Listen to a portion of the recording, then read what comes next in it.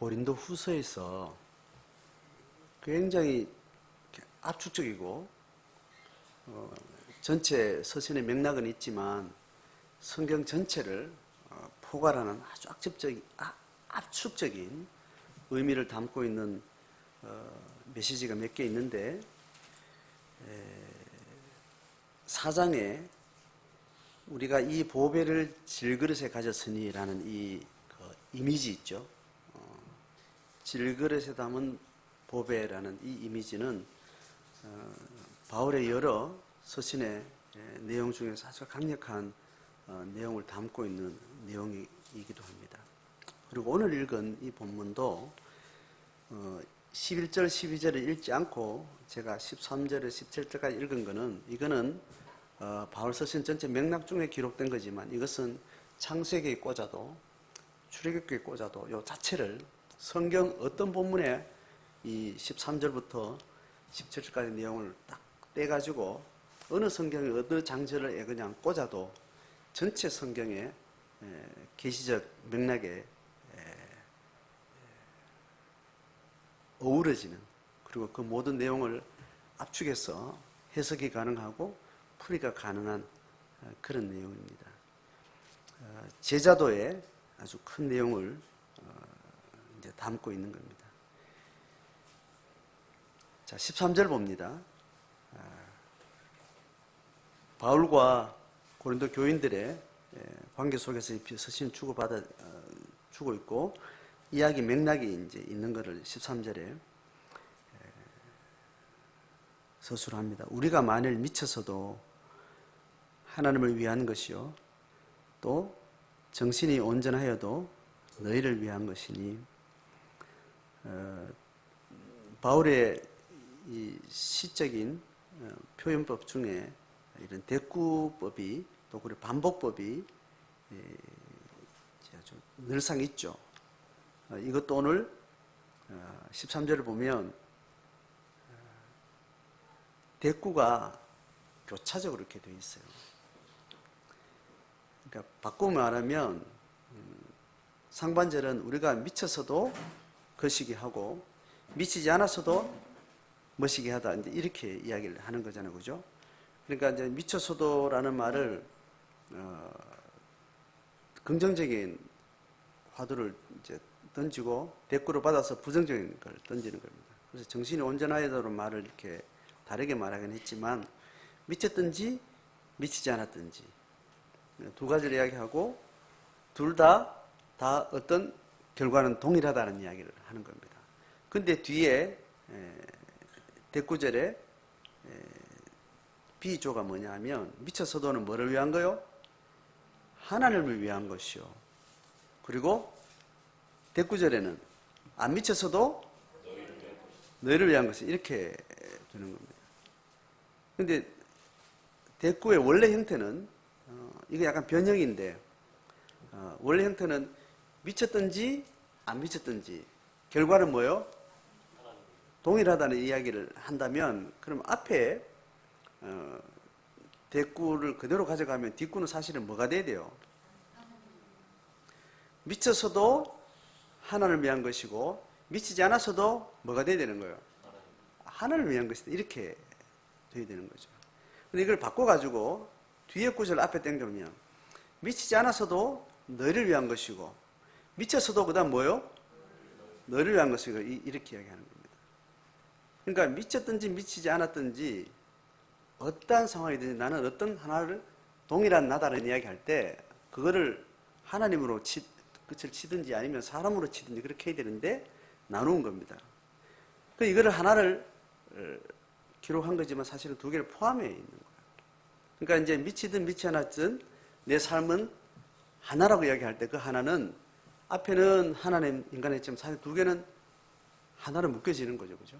우리가 성경 전체 맥락에서 우리가 하나님을 사랑하는 것과 이웃을 사랑하는 것은 동전의 양면으로 이야기를 하는 거죠. 그러니까 내가 어떤 삶을 살든지 미치든 미치지 않았든 내 삶은 하나같이 신앙의 길을 간다 할 때 그 신앙은 하나님을 만나는 측면하고 동전의 반대편에 사람을 만나는 것은 같은 틀 속에 이렇게 있는 거죠.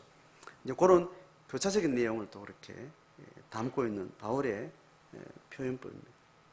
자, 그리고 나서 이제 14절부터 17절 얘기를 해요. 미쳤든지 미치지 않았든지 내가 하나님과 사람을 향한 삶을 내가 산다라는 이 이야기의 내용을 담고 있습니다. 오늘 그냥 14절부터 한 절씩 똑똑똑 떼서 아주 강력한 메시지의 연결성을 가지고 있습니다. 자, 14절 같이 읽어봅니다. 시작. 그리스도의 사랑이 우리를 강권하시는도다. 우리가 생각하건대 한 사람이 모든 사람을 대신하여 죽었은즉 모든 사람이 죽은 것이라. 자, 상반절에는 그리스도의 사랑이 우리를 강권한다라는 것. 앞에 13절에 사도 바울은 미치나 미치지 않았던 내 삶은 이거다라는 것을 자기가 어떤 삶의 소명을 가지고 있는지 분명하게 이야기하는데 그것이 내용이 뭐냐 이야기할 때 뭐라고 이야기하는 거예요? 그리스도의 사랑이 나를 강권하고 있다. 그러니까 위에 얘기는 나는 이렇다라고 이야기를 했는데 내가 주어가 돼서 내가 주체가 돼서 나는 미치든 믿지 않았던 삶의 모든 전력은 어디를 향한다? 하나님 사랑과 이웃 사랑을 향해서 가고 있다는 것의 주체가 누구예요? 자기를 이야기합니다. 이 자기를 설명하는데 그 물 밑에 딱 들어가 보니까 첫 번째 진술이 뭐예요? 그렇게 내가 미치든 미치 않았든 내가 이렇게 달려가는 방향이 있는데 14절에는 그 뿌리를 뭐라고 설명하는 거예요? 내가 이렇게 주체가 되어 사는 어떤 삶의 방향이 있다면 나를 이렇게 만든 어떤 또 다른 주체가 있다는 거예요. 그게 뭐예요? 그리스도의 사랑이 우리를 혹은 나를 강권하고 있다. 그러니까 이제 신앙은 내가 주체가 되고 있지만 사실은 어디서 촉발된 거예요? 하나님으로부터 시작이 된 이 두 가지가 동시에 우리는 이해가 되는 거고 동시에 설명이 가능한 거죠. 그래서 그리스도의 사랑이 주어가 돼서 나를 이렇게 떠밀고 있다는, 강권하다는 말은 헬라 원어로는 이렇게 말해요. 둘러싸서 밀어낸다라는 이런 뜻이 있대요. 그 사람을 완전히 포섭해가지고 그 사람의 어떤 힘이 어떤 식으로든 움직이지 못하더라고. 완전히 둘러싸서 꽉 묶어가지고 묶은 그 힘이 어떤 방향으로 그 사람을 밀어낸다는 그런 의미. 조금 가벼운 말은 그냥 붙들고 있다 이런 말로도 되는데, 그래서 우리나라 언어로 해석할 때 강하게 권한다 이제 이렇게 표현한 겁니다. 자, 우리가 하나님의 사랑을 받았다, 하나님 나를 사랑한다 뭐 이런 표현도 가능하지만 그거로 해서 일어나는 나의 반동이 어떠한가를, 얼마나 강력한가를 이야기할 때 나의 주도적 반동은 결국은 뭐를 반대로 설명하는가 하면, 반대급부로 설명하는 거예요. 그 사랑이 나를 그렇게 밀어붙이고 있다는 이야기를. 내 이런 주체, 나 이런 결정, 나 이런 삶이라는 것은 동기가 강력하게 어디에 뿌리를 하고 있다는 거예요? 그리스도가 나를 사랑하는 그 사랑에 아주 깊게 결부되어 있다는 겁니다. 자, 이게 신앙을 말하는 아주 정직한 첫 번째 그 매듭이에요.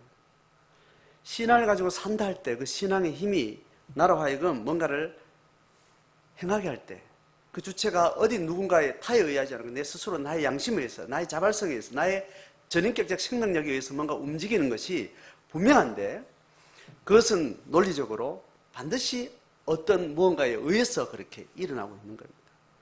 그러니까 내가 신앙으로 산다는 것을 내가 매번 확인할 때 여러 가지 모양을 가지고 뭔가를 할 수 있지만 그것의 진정성을 확인하는 것은 자기 안에서 확인하는 거죠. 뭐예요? 주께서 나를 사랑하시는 그 사랑에 내가 접해 있는가, 이제 그걸 확인하게 되는 거죠. 그래서 그 사랑은 우리로 하여금 뭔가 이렇게 행동을 하게 해요. 그런데 우리는 신앙생활 할 때 내가 스스로 행동하지만 행동하게 되는 다양한 어떤 요인들 우리는 서로 이렇게 얽히설교를 가지고 있어요. 그래서 성도는 혼자 있지 않고 공동체를 함께 있잖아요. 그죠? 함께 있을 때 서로가 신앙을 격려하는 거죠.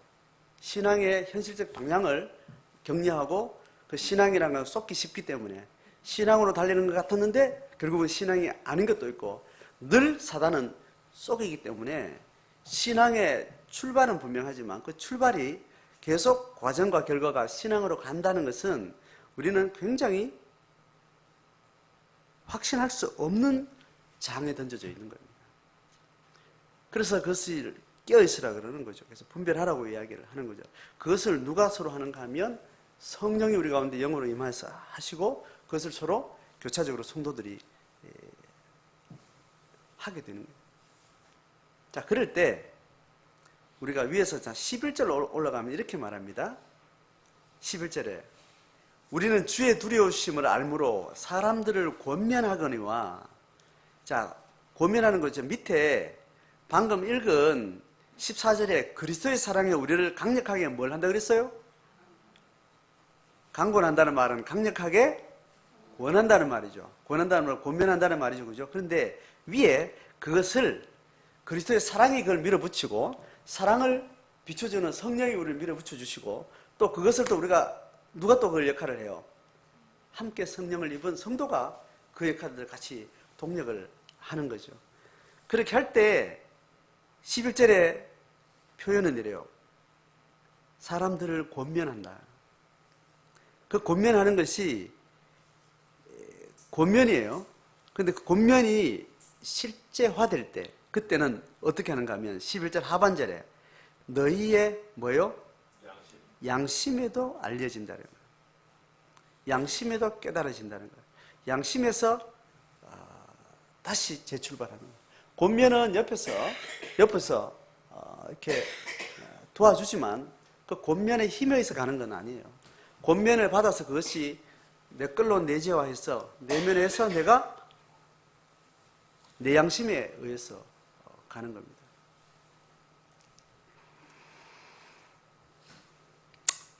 어떤 권면을 받으면 그 권면이 우리한테는 어떻게 느껴지는가 하면 강요로 느껴질 수 있어요. 그죠? 양심의 자유로운 활동을 전제하지 않고 우리가 계속 누군가의 간섭을 받아온 이 내적인 성향은 자기 스스로의 자발성을 가지고 자기 자발성을 점검하고 나서 어떤 행동을 하고 행동의 책임을 자기가 지는 방식으로 사고하고 삶을 만들어가는 경험이 없는 사람들은 뭔가에서 많이 하고 나서 그것에 대한 책임을 자기한테 두지 않고 항상 내게 권한 어떤 주체에게 항상 이유를 돌려요. 그러니까 우리가 자발적이어야 된다. 전인적이어야 된다 할 때는 자발적이 된다는 게 중요한 부분이에요.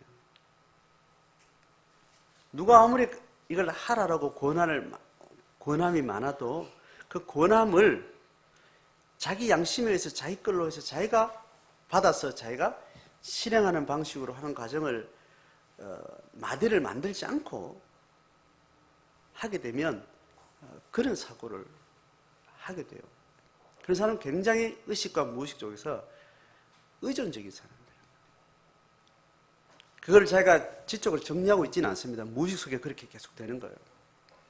그래서 아이들이 부모가 가르치고 권하고 지시하고 통제하는 과정을 통해서 뭘 놓치는가 하면 아이의 양심과 자발성을 그 아이 안에서 형성되도록 하는 걸 놓치면 굉장히 아이를 잘 가르친 것 같은데 아이가 잘 자란 것 같은데 결국 그게 지가 아닌 거예요. 이해가 되시죠? 그래서 우리가 자라면서 그 마디를 놓치고 살아온 사람은 그 마디를 언젠가 찾아야 돼요. 청소년기 그걸 찾아야 되는데 그걸 못 찾고 그냥 지나갔어요. 대나무 통이 있죠. 어느 시점 되면 마디가 딱 형성돼야 그 다음에 딱 마디가 건너가야 견고하게 대나무가 견고하게 쭉 이어가는데 예를 들어 30cm까지 쭉쭉 자라가면서 30cm씩 마디를 만들고 이어가야 그게 전체가 균일하게 탄력을 가지는 것 아니겠어요? 그런데 어느 중에 그 마디를 놓치고 60cm를 간 거예요. 그러면 전체를 이렇게 휘면 탄력이 어디서 부러져요? 거기서 탄력이 부러지는 겁니다. 청소년기에 반드시 그 마디를 형성하고 지나가야 그 다음부터 계속 견고하고 안정적인 삶을 살아가는데 그 마디를 놓치게 되는 겁니다. 그거 언제 찾아요? 결혼해가지고 혹은 직장 생활해서 가보면 그 마디가 없는 인간이라는 거예요. 굉장히 의존적이고 무책임하고 자기 자발성과 자기 성찰이 안 되고 어떤 일을 하고 있는 그 자식이 발견되는 겁니다. 그 다음부터는 그 마디를 찾는 작업이 성급하게 필요합니다. 그래야 그 다음에 진급을 하든지 사회적으로 뭔가 자기 자발적으로 뭔가를 만들어내든지 계속 의존적으로 누구한테 의존적으로 통제받는 삶이 아니면 뭔가를 못하는 인간이 되는 겁니다. 그걸 못하면 그 다음 결혼해서 어떻게 해요? 계속 배우자의 통제를 받든지 부부의 통제를, 부모의 통제를 받든지 뭔가 통제를 받으면서 어떤 스스로 뭔가를 못하게 되는 그런 사람이 되는 거예요. 그래서 우리 안에 어떤 게 주입되면 그것에 대해서 어떤 끌림이 내한테서 확 일어나는 자기 안에 그걸 받아서 자기 힘으로 뭔가 시작된 힘이 안 느껴지면 그 자기 게 아닌 거예요.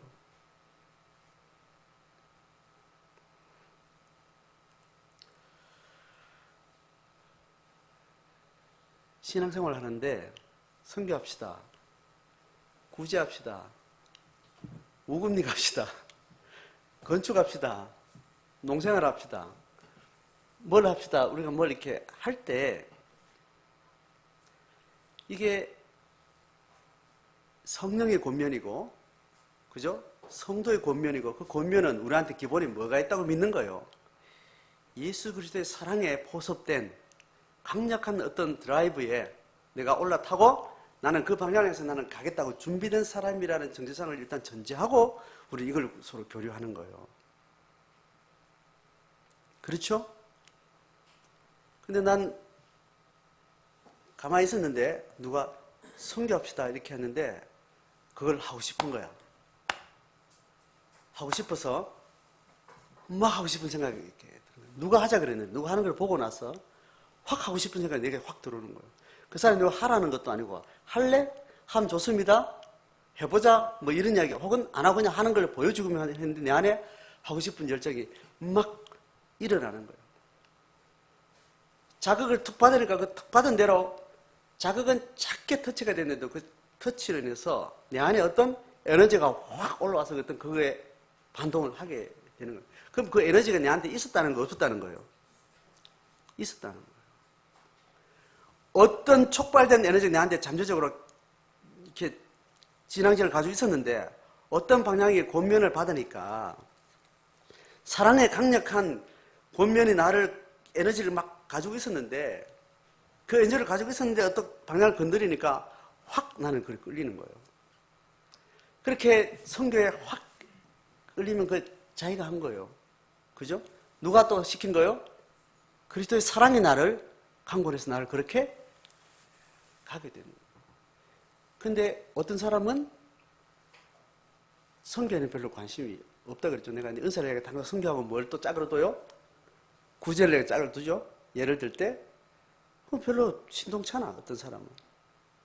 근데 그 사람은 구제하자 이렇게 할 때 가난하고 고통하는 이웃에 대해서 뭔가 그들의 아픔에 동참하고 뭔가 그들을 돌려갈 때 물질이든 시간이든 은사든 확 하고 싶은 일이 생기는 겁니다.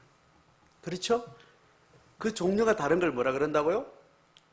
은사라고 이야기를 하는 겁니다. 뭐가 됐든 어떤 종류가 됐든지 어떤 자극을 받으면 그 자극을 받으면 그 자극이 내 안에서 어떤 힘이 발휘돼서 시작이 되는 거예요. 그게 양심이, 그 양심에서 어디에 포섭된 양심이요?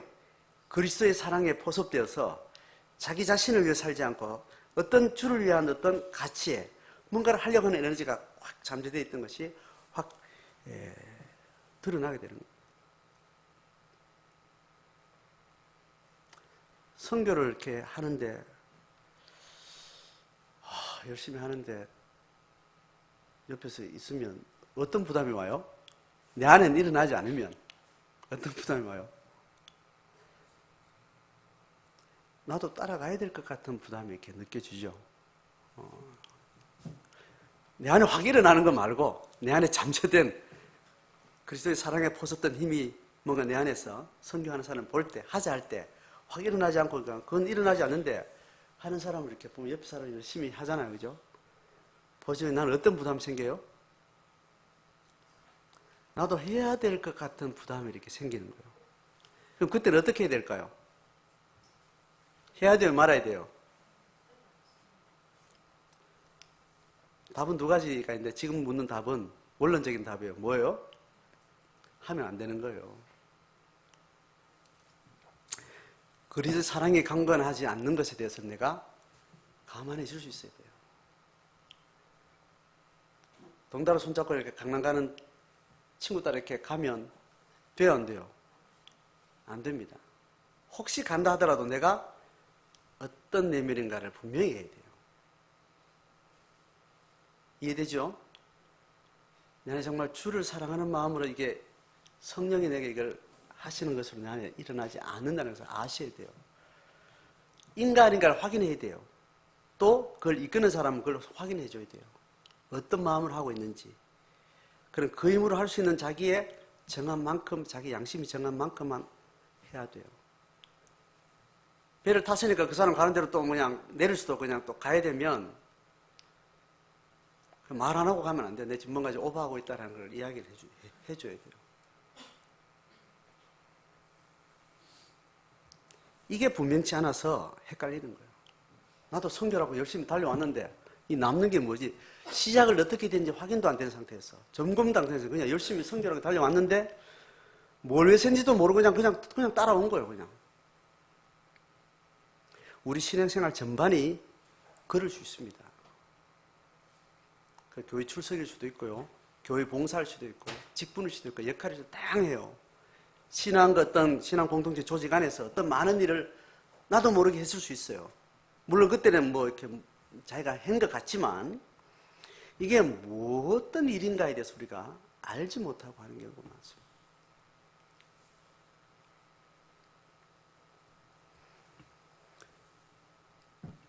그 강건하심이 실체가 뭐냐 하면 들어갑니다. 14절 하반절에 그 사랑이 뭐예요? 하반절에 있습니다. 시작. 우리가 생각하건대 한 사람이 모든 사람을 대신하여 죽었은즉 모든 사람이 죽었다는 거예요. 자, 이것 가지고 그 뒤에 5절, 6절, 7절을 이렇게 풀어가요. 어떻게 푸는가 하면 자, 이게 지금 14절은 우리 신앙과 소명의 동기를 이야기합니다. 충분히 제가 설명했죠. 그 다음 15절. 자, 그 사랑이라는 것이 실체가 뭐냐 하면 하반절 읽으면 뭐요? 그리스도가 모든 사람을 위해서 죽었다는 거예요. 그죠? 모든 사람을 위해서 죽었다는 거예요. 자, 그 그리스도가 모든 사람을 위해서 죽은 이유는 다시 말하면 그 그리스도가 모든 사람을 위해서 죽어서 그 모든 사람 중에 나 하나인 내가 그 죽음이 나를 향한 하나님의 강력한 사랑이라는 것을 깨닫고 나서 그 사랑이 나를 가만두지 않고 막 밀어붙이는 그런 상황이라는 거예요. 그래서 15절에 말하는 그가 모든 사람을 대신하여 죽은 이유는 그 죽은 이유가 나를 사랑해서 나를 사랑의 포로가 되어서 어떤 강력한 힘의 드라이브를 당하고 있는데 그 방향이 뭔가 하면 그 사랑이 나를 어디로 가져가는가 하면 뭐예요? 같이 읽습니다. 시작. 살아있는 자들로 하여금 다시는 그들 자신을 위하여 살지 않고 같이 읽습니다. 시작. 오직 그들을 대신하여 죽었다가 다시 살아나신 이를 위하여 살게 하려 함이라. 자, 사랑이 나를 강권한다는 이 강권한 표현은 두 가지를 담고 있어요. 첫 번째는 뭐냐 하면 내 삶의 뿌리가 어딘가를 이야기해요. 사랑의 뿌리를 두고 있다는 것이고, 그 사랑은 어떤 구체적인 뭔가를 향하여서, 방향을 향해서 나를 이끌어가고 밀어붙이고 있다는 거예요. 그게 답이 뭐예요? 15절이 뭐예요? 타자를 위한 삶을 얘기해요. 그 사랑이 나를 위해서 사는 인생에서 그 사랑을 만나고 나서 사랑이 나를 포섭해서 어디로 가요? 다른 사람을 위한 삶으로. 내 삶의 목적이 그렇게 바뀌는 결과를 가져오는 겁니다. 그리스도의 사랑이. 그래서 뭔가를 하자 할 때, 권함이 있을 때 권함을 그냥 숟가락 얹는 것 말고, 권함이 내 안에, 양심적으로 내 안에 어떤 사랑이 밀어붙인 힘으로써 거기에 탄력이 일어나지 않는 것은 내 안에 근본적으로 권함의 뿌리가 부실하다든가 그게 잊어버렸다든가 뭔가 문제가 있다는 것을 아셔야 돼요.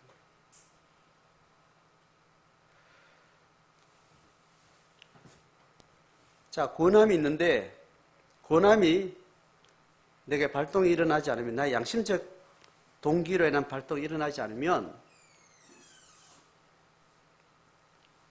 나를 드라이브하고 있는 어떤 강력한 사랑이 내 속에 기반하지 않고 있다는 것을 아셔야 된다고. 이 논리적으로는 분명하죠? 그걸 아셔야 되는 거고 그걸 주목해야 돼요. 그래서 덩달아 따라가는 당연히 안 되지만 문제는 내 안에 그 힘이 없다는 것에 대해서 인지를 하셔야 된다. 그러면 그 사랑에서 움직이는 자들하고 자기를 일단 구분해야 돼요. 그죠? 그리고 내가 그 준비가 안 돼 있다는 것을 스스로 돌아볼 수 있어요.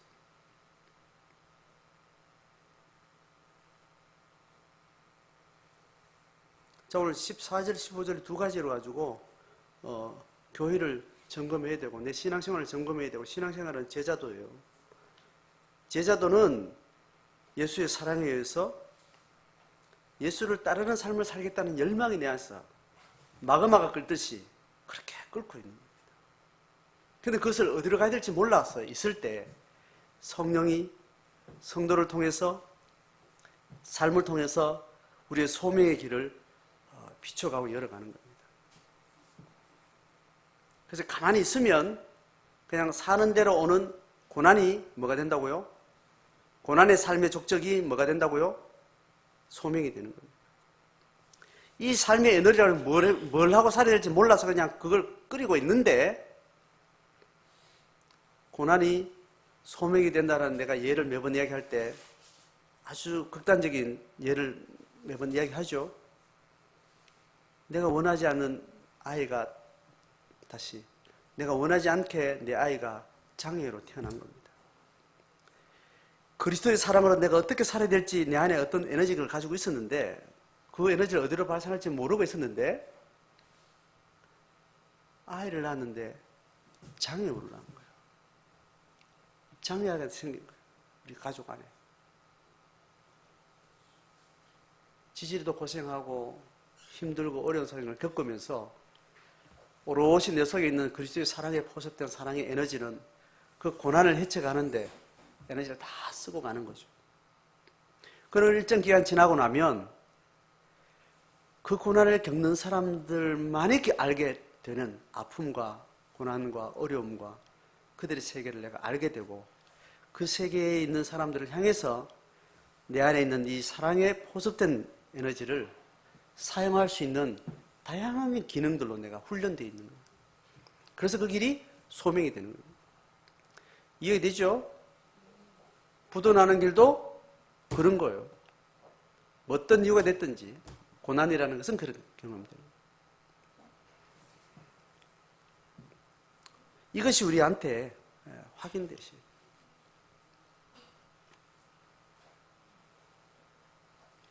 이게 확인되고 나면 이제 16절로 이어가는데, 이 삶의 목적이 뭐라고 그랬어요?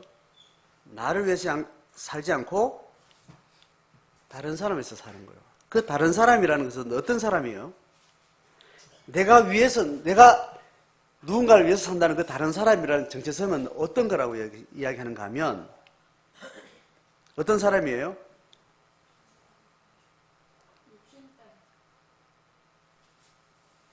예수님이 돌아가실 때 예수님이 내게 사랑을 주신 예수님이 어떻게 했다고 표현됐어요? 예? 죽었다고 표현되고 또 어떻게 죽었다고 표현해요? 대신 또 반복된 단어가 있어요. 모든 사람을 대신해 죽었다 그랬어요.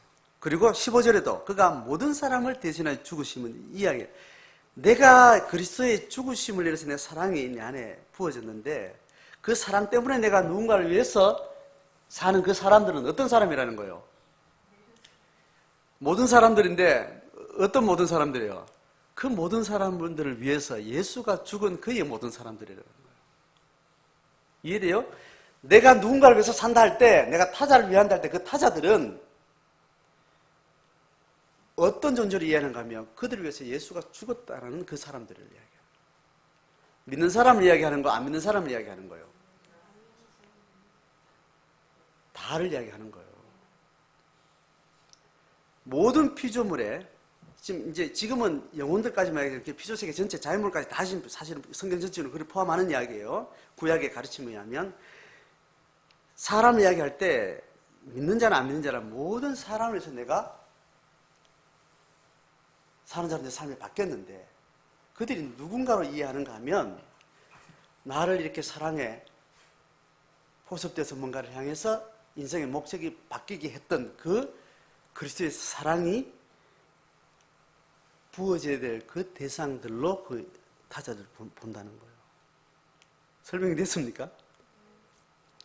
내가 누군가를 위해서 산다 할 때, 내 삶이 나를 위해 살는 그 타자를 위해서 산다 할 때, 그 타자에 대한 이해를 이야기하는 거예요, 성경은.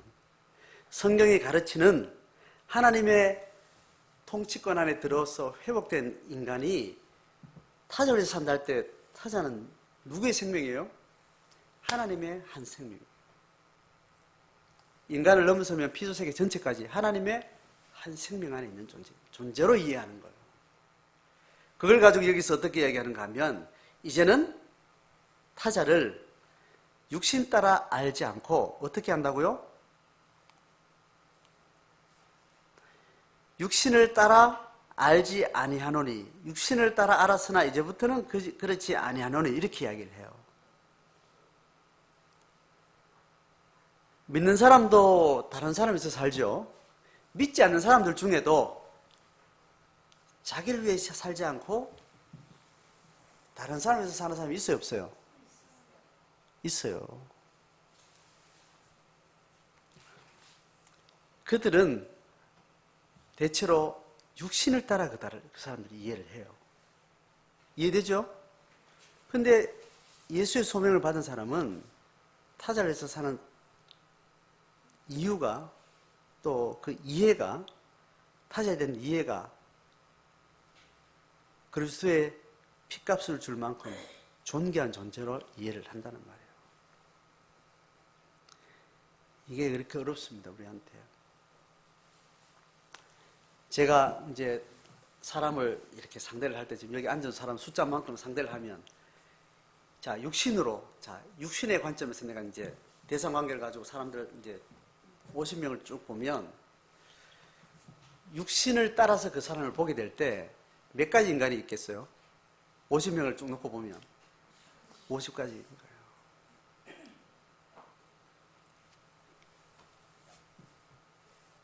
상하 편차나 좌우 편차에 따라서 다양한 50가지의 질적인 대상으로 내가 만나게 되는 거예요. 이게 육신적으로 안다는 겁니다.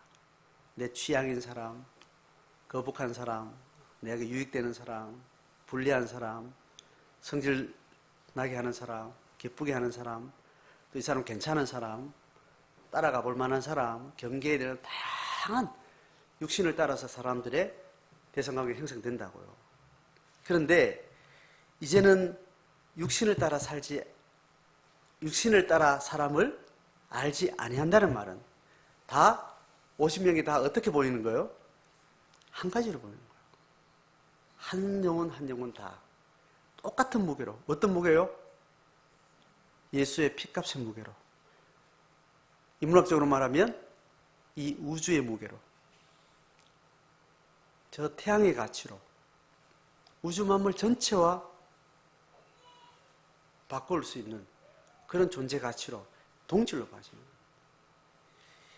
이 16절이 이게 성경이 얘기하는 거예요. 그런데 우리가 실제 맞닥뜨리는 경험들은 다 편차가 있는 거예요.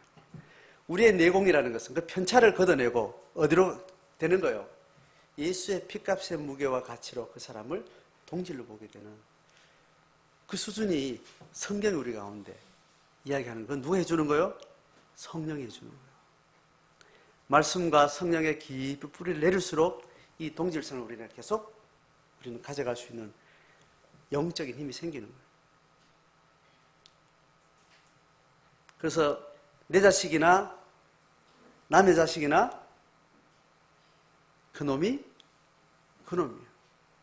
부자나 가난한 자나 그 사람이 내게는 동질이에요. 이 집 여자나 저 집 여자나 다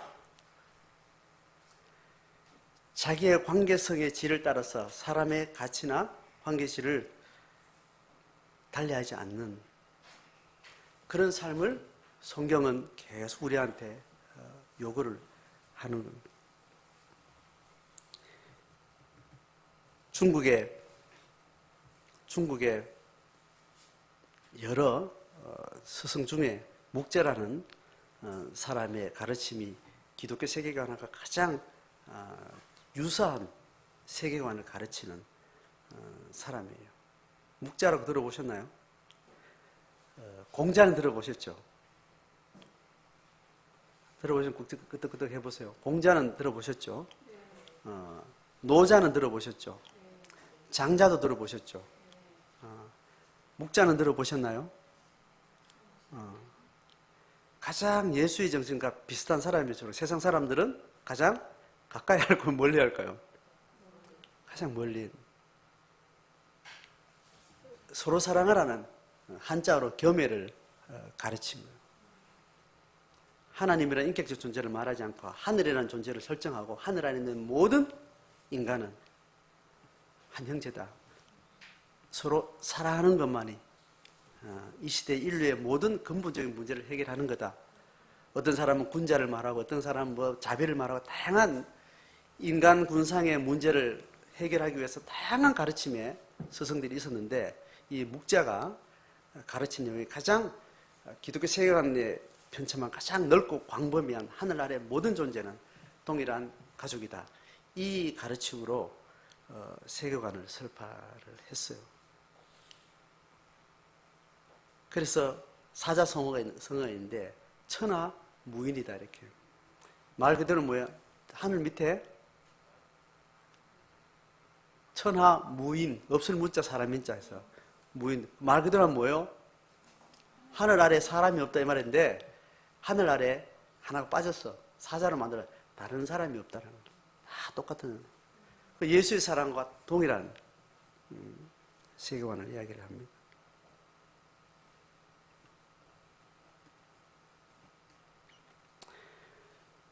우리가 예수의 사랑은 말할 수 있어요. 그런데 그 사랑이 나로 하여금 타자를 향한 사랑으로 삶의 전환이 됐는가는 제자도에서 반드시 점검돼요. 그렇게 해서 타자를 위한 사랑으로 넘어갔을 때 가장 타자를 위한 사랑이 이기적 사랑과 껍데기는 다른 것 같은데 속은 동질한 것을 어떤 사랑이라고 그래요? 집단 이기주의라고 해요. 개인 이기주의는 흔히 하는 내 말고는 바로 다른 사람이니까. 개인 이기주의가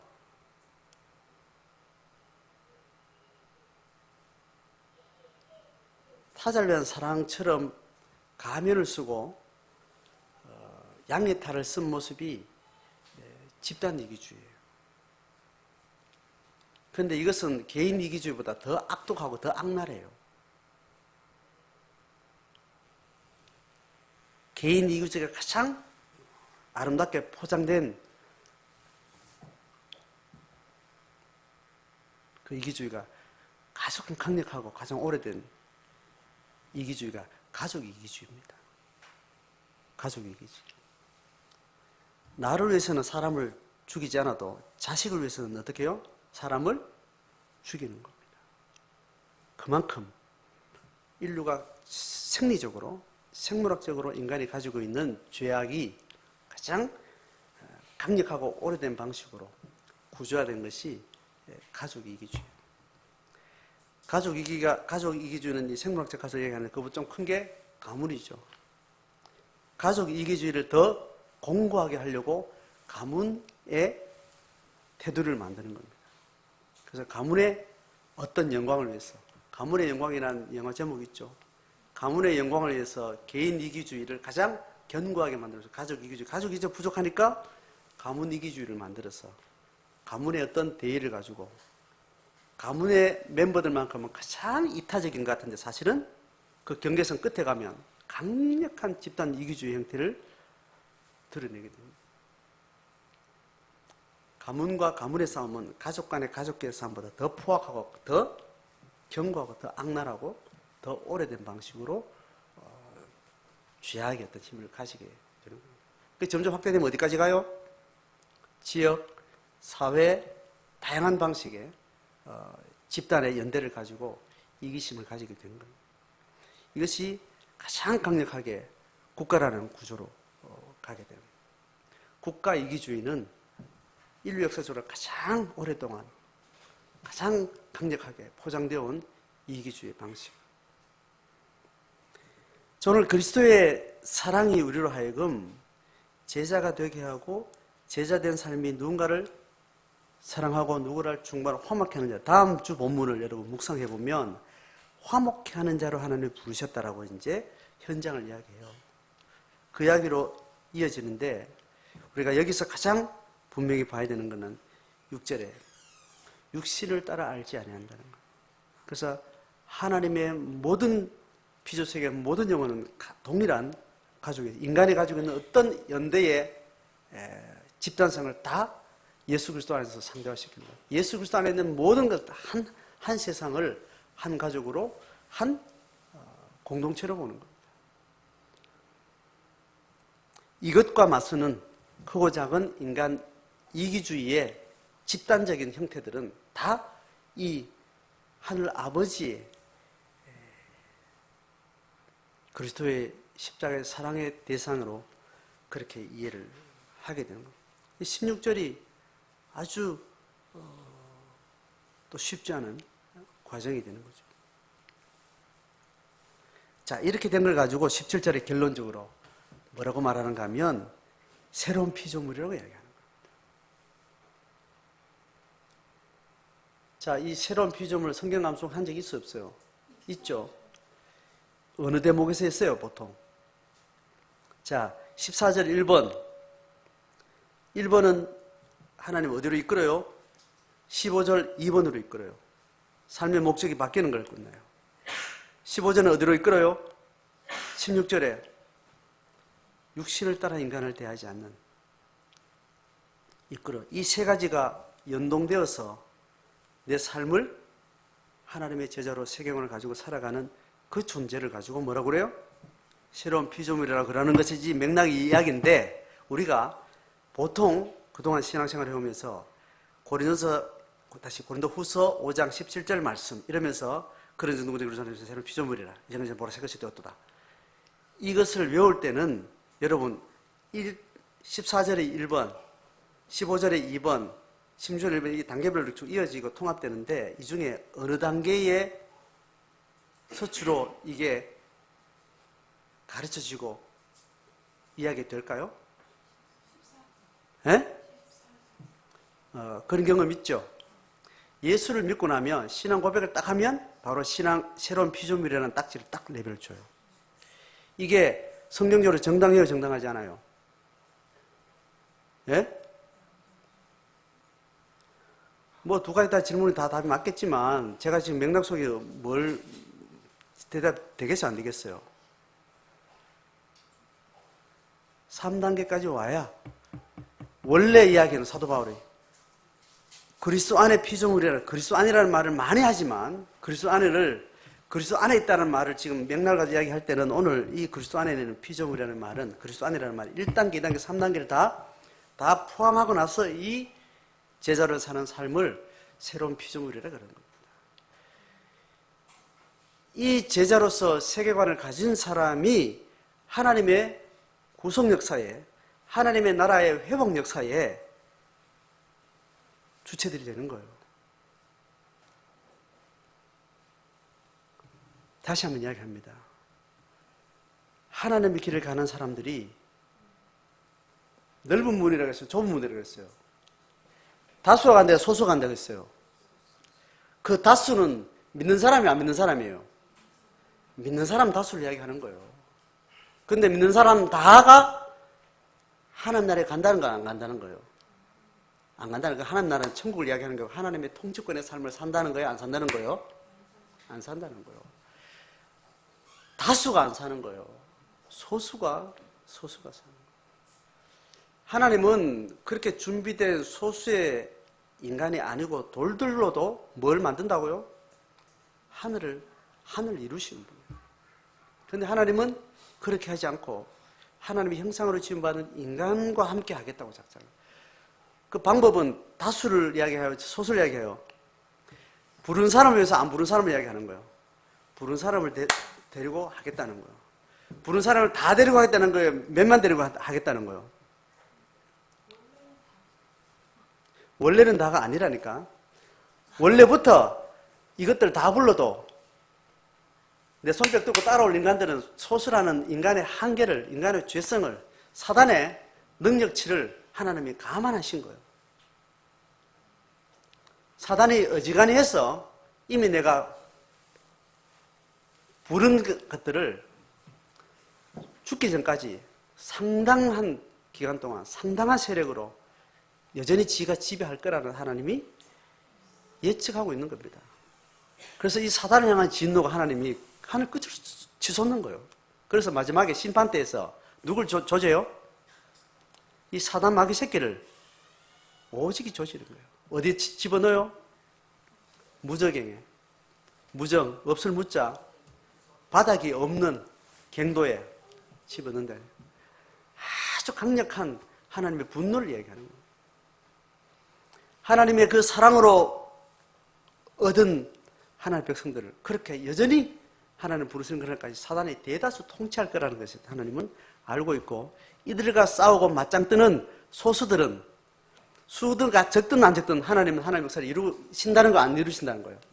이루신 거예요. 돌들 가지고도 다 하시겠다는 분인데 그 소수의 든자가 복이 있다라고요. 부름받은 자가 복이 있다라는 것은 그 소수에 속한다를 전제하고 이야기하는 거예요. 부름받았는데 다수에 든 인간들은 네가 태어나지 않았으면 좋았을 뻔했다.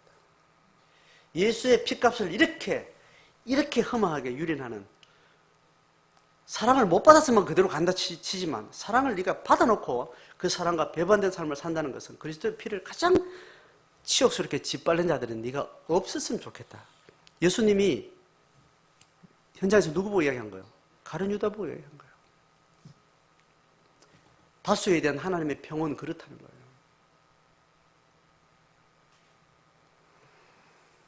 자, 그래서 그런즉 누군지 이러한 그리스도 안에 있을 때 그 자가 새로운 피조물로서 하나님이 창조 이후에 아담이 타락하기 이전에 하나님의 형상을 그대로 지음받아서 하나님의 피조세계 전체에 대한 통치권을 위임받은, 타락하기 이전의 아담의 영감, 아담의 창조성, 아담의 생명력, 그 생명력으로 살아가는 자들이라고 이야기합니다. 그래서 재창조로 이야기하는 거죠. 17절 하반절 같이 읽습니다. 시작. 이전 것은 지나갔으니 보라 새 것이 되었도다. 날마다 이 새로운 피조물에 새로운 현실 앞에 우리가 매번 다가가고, 어제 새로운 피조물이었다가 오늘 새로운 피조물이 안 될 수도 있는 거예요. 사도 바울이 그래서 내가 시큰 쓰임 받고 팽당할까 싶어서 퍼풀어버리는 하나님 앞에 쓰임받고 나서 팽당할까봐 난 그게 두렵다라고 얘기할 정도로 매일매일 두렵고 떨리는 마음으로 하나님의 부르심의 현존 앞에 늘 깨어있기를 열망하면서 그렇게 자기 신앙의 길을 달려간 거죠. 오늘도 깨어있는 성도들, 깨어있는 그리스도의 백성들의 공동체, 매번 각성을 요구하는 하나님의 그 부르심이 바로 보라 새 것이 되었도라는 것은 매번 현실을 이어가는 과정이라고 이야기합니다. 자, 여러 가지 모양으로 각자 개인에게 또 교회 공동체 앞에 하나님께서 이 새로운 피조물됨의 소명을 내가 입어서 전환된 삶의 목적을 가지고 세상을 보는 분명한 예수 그리스도의 십자가의 가치로 영혼을 동질하게 보는 그런 깨어있음을 가지고 쓰임받는 저와 여러분 되기를 주의 이름으로 축복합니다.